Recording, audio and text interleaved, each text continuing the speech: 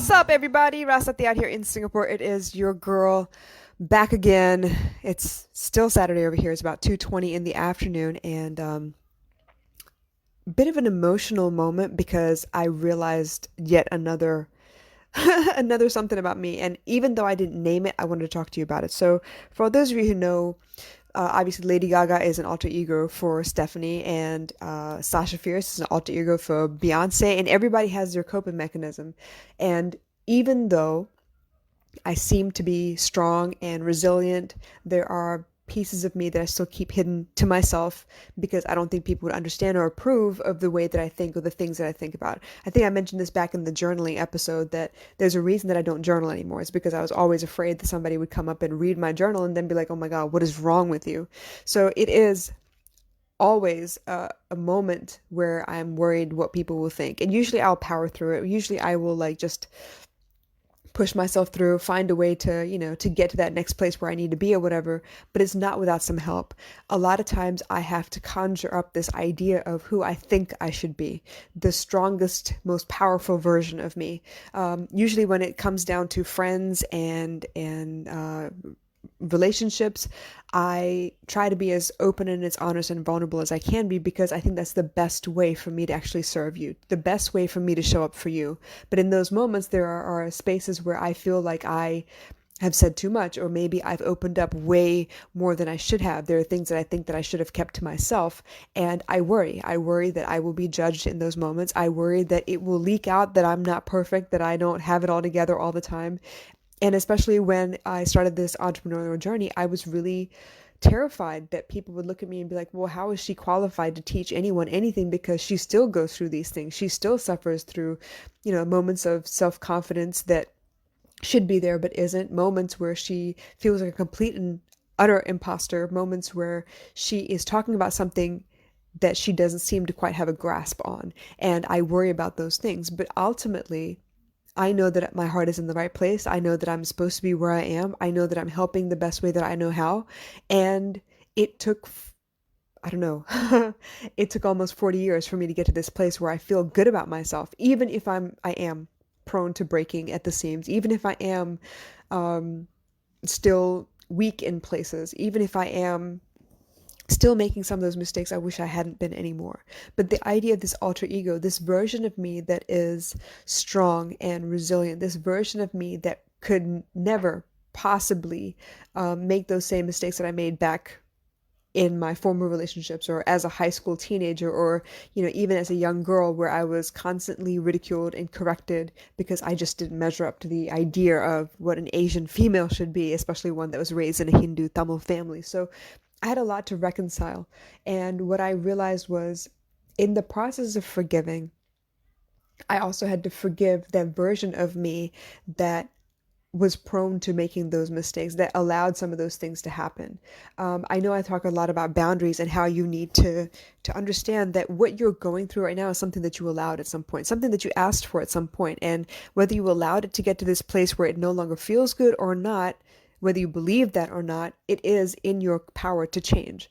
And if for nothing else, I'm just going to bring up the fact that I left my husband. I no longer wanted what at one point I did. I wanted to be with Aaron. I wanted to marry him. I wanted to take care of him and his kids. I thought I could love him into this amazing family that we built ourselves. We clawed our way to set a foundation for those kids, and I did the very best that I could. It wasn't without loads of struggle. We fought about pretty much everything. We fought about whether or not, baby girl should drink water to cure her eczema. And I was told that I was torturing her for no good reason. And there were so many things that I really had to fight for. But even so, some of those things that were strong and I held my ground on, some of those things I didn't.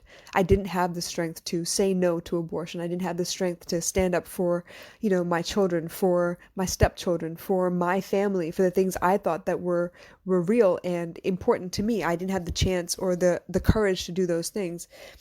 And eventually, when I did break up with him, I molded myself into an image that I thought would be indestructible, that I thought would be safe from harm and immune to all of this heartbreak that I was so prone to experiencing. Um, but even so, building myself that way seemed to stop people from coming near me and kind of keep a barrier between me and the rest of the world. And it wasn't until I started this entrepreneurial journey that I realized I can't do that. I can't pretend. I can't tell you I know things and then not tell you what I know. I can't tell you that I can heal you because I've healed and not tell you how I healed. I had to open up and I had to start all over again. But that alter ego has kept me going. That alter ego, even if it doesn't have a name, because it definitely doesn't, has given me the courage and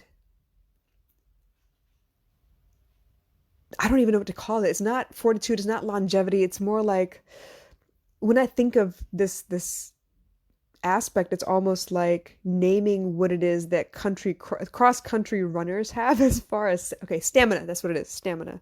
The stamina it would take for me to get through my life. I am not ashamed of anything in my life. I do protect a lot of people because I can't reveal all of the details of the things that I've been through because part of that is not my story to tell. Part of that belongs to somebody else. And because it involves somebody else, I need their permission to fully tell the story. But my story, the things that I felt, the things that I saw without the name, is important. It's enough for you to know that I really have lived those things. The way I describe what I saw, the way I describe what I felt and lived through, it's enough to help you understand, hey, yeah, she's been through it. She's seen more than she obviously signed up for and somehow she's made it through. So if she can find peace, I definitely can find peace. And that is the whole point of actually opening up and letting you into aspects of my story a little at a time. I'm not here to tell you that, I've lived this great long life and it's been ridiculous the whole damn way because it hasn't. There have been many, many amazing, amazing stories along the way. And some of them are a little far-fetched and sound crazy even as I say them sometimes, but I know that I've been there and I've lived through those things. More than shut all of those things out, which is what I did first. That first defense mechanism was shut it out. It didn't happen. Are you kidding me? And I forgot everything. I forgot the details until a similar situation popped up as a new idea. And because it was so similar, it kind of like broke the broke the lock on those things that I had tucked away so deep. And I was faced with all of my old demons all over again. So in those moments where I find like I'm fighting for air. I'm struggling to come to the surface of this deep water hole that I happen to be in or whatever. It's this alter ego, this idea that I can be anything I want to be outside of the constraints of the world around me, that I find a way to kind of pull myself out of it. It's because I have this other identity. It's this other idea of myself, this other, this spirit within me that I feel helps me face all of my fears. Because in an ideal world, that's who I would be all the time. But in the real world, I am both strong and weak at the same moment. I am both emotional and logical at the same moment. I am all of those things in this one chaotic body. And I have been blessed, truly blessed, to be able to be guided by some of the greatest minds in the world as far as spiritualism and dance and, gosh, just had such blessings throughout my life to help guide where I'm supposed to be next. And even now in this day and age of social media and everyone having an account, I mean, back in the day, you would have thought, whoa, like a monk has a phone. No, they also have a social media account. It's all good though, because they're spreading the good word. They're doing what they have always done by word of mouth, but now through digital media. So now I have access to even more minds and even more ideas. And I feel enlightened and I feel blessed again to have more opinions at my fingertips because including more information in my repertoire, in my toolkit for myself is what has kept me going. Suddenly it's like all of these things I believed that I had to do in order to get to this place where I knew that I would be safe or free or financially secure. I get to change some of those beliefs because somebody else said that it could be believed a different way. Somebody said that the perception was not just one dimensional. It could be a different if it could be a different idea that will get you to where you need to be. And that's part of the reason that I'm here.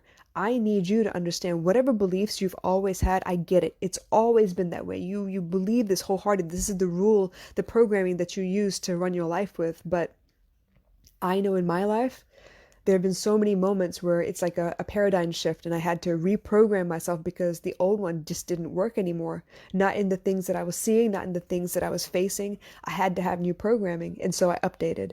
And if I found a way to do that, and sometimes I needed the help of my alter ego to kind of convince myself that, yeah, there is a better way, and it's okay to drop these old beliefs, I want to be able to give that to you too. I want to be able to show you that it's possible. Now, as a mom, I see this in my daughter as well. And not that I've ever talked about an alter ego or, this identity, this rasa, the identity that I have for myself at the moment. It's not that I've talked about it in such a way that she would adopt it, but she has also this alter ego to herself. And I think it's more prevalent in kids because they're not told it's not okay. It's perfectly normal for them to pretend and dress up and, imagine themselves in a different circumstance. And for her, because it's so natural, it's beautiful to me because it's confirming. It allows me to remember that, yes, the universe allows for these iterations of ourselves, avatars of ourselves, if you will. And when she comes to me and tells me, hey, you know what, if I was more brave and if I was stronger, this is what I would do. And if I was smarter and if I could, pick up any skill set just by watching it one time, this is what I would do. And this is how I would be. And I'd like to think that that's me with my alter ego, just playing at the idea, the thought of being more than I am right now. And that's how I actually bring some of these things into reality. I learned to play again. My alter ego gave me an excuse to play again, to be more than people have told me that I am, to play outside of the box and color outside of the lines and become anything that I can imagine, anything that I can dream up. And it's been the most freeing thing for me. So for those of you out here who find yourself stuck and scared and worried about what the future will hold and how am I going to get to this place, the law of attraction wants you to play. The law of attraction wants you to imagine more and live in those feelings where you already have what it is that you're looking to achieve, while being grateful for what you have. And yes, that is an ask for us and our adult brains, but if kids can do it relentlessly, I mean, let's face it, a kid will ask you if they can have a specific toy. And even though you said no, they kind of don't trust that your no is a final no. So they're going to ask you another 852 times just to double check. So why can't we learn to play like that again? Why can't we create an alter ego that is defiant and resilient and will not give up, will not take no for a final answer, but will find a way around whatever, obstacle seems to be in their way and get to that end game? There's always a way, you guys. And for me right now, the last episode I talked to you about my fix, having people around, just talking to people so I can forget where I am and I will be served. When I stop focusing on the problem itself, the solution will arrive, and usually it's through conversation. But the second thing is also the fact that I have this alter ego, this place within me where I kind of shut out the rest of the world and I focus on the things that I really, really love and truly enjoy. And it's in those activities that I find my next step, what I'm supposed to be doing next, where I'm supposed to be focused next. So for no other reason, I wanted to share that with you. And I'm hoping that it helps you feel a little bit better about your alter ego. And it helps you feel a little bit better about the fact that maybe, your belief system isn't working for you right now, but there is the possibility of finding a new one that fits better and seems lighter to carry and doesn't seem so restricting, so that you can change and evolve and be that person that you were meant to be as well. All right, you guys, I love you, and I will catch you again soon. Bye.